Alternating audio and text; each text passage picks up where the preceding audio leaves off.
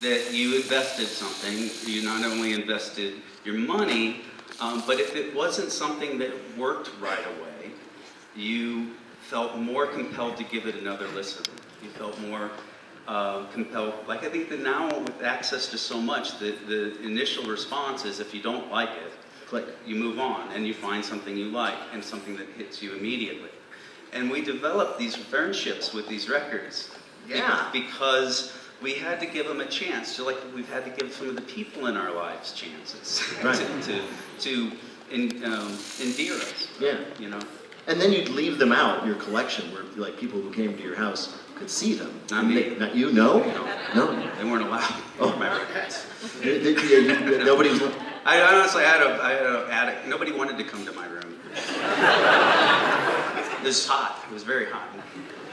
It was an attic. It was an attic bedroom with only slatted windows and no air conditioning in the Mississippi River Valley, southern Illinois. So. I'm going to move on from your childhood in a second, but I promise, your mother comes across wonderfully in this book, both as a character and as someone who I understand your affection for, the importance of her in your life.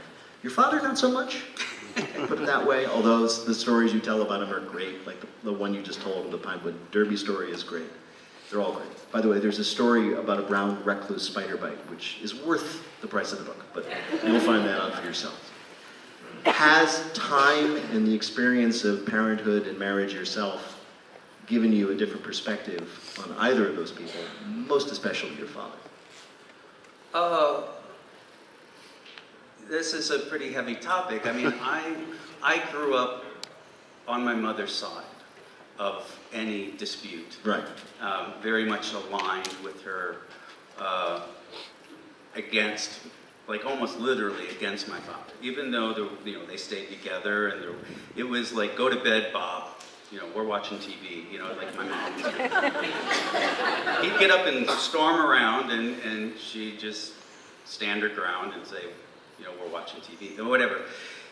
It wasn't a super healthy way to create boundaries for a young kid. You know, that should have been, they should have been in a unified front, in my opinion, and I shouldn't have had to choose in any of these disputes, because they were disputes between adults that I had nothing to do with.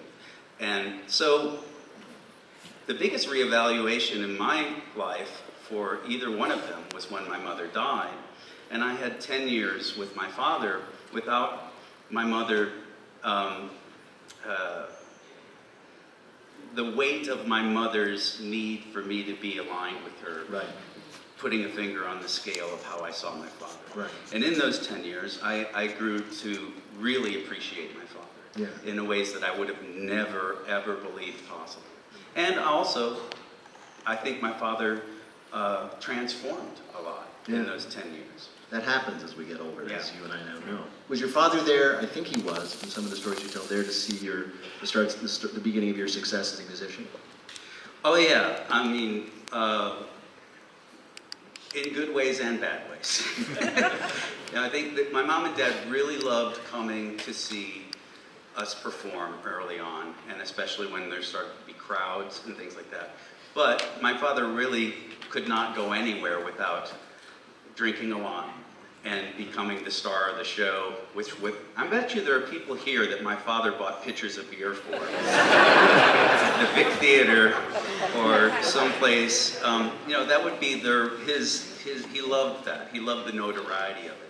He loved the notoriety of it when he would go to the Applebee's in Belleville and tell them all about me, and then the next time I would play in St. Louis, my dad would bring the wait staff of Applebee's. There'd be like 20 people looking at me in the dressing room after the show, like, I don't know what I'm doing here either. Did they bring any apps at least? No. Blooming onions. I didn't live in with your father, but just sitting here hearing that sounds wonderful to me. Well, I learned to accept it. You know, these were damaging traits as a very little person playing, like, Little League Baseball, for example.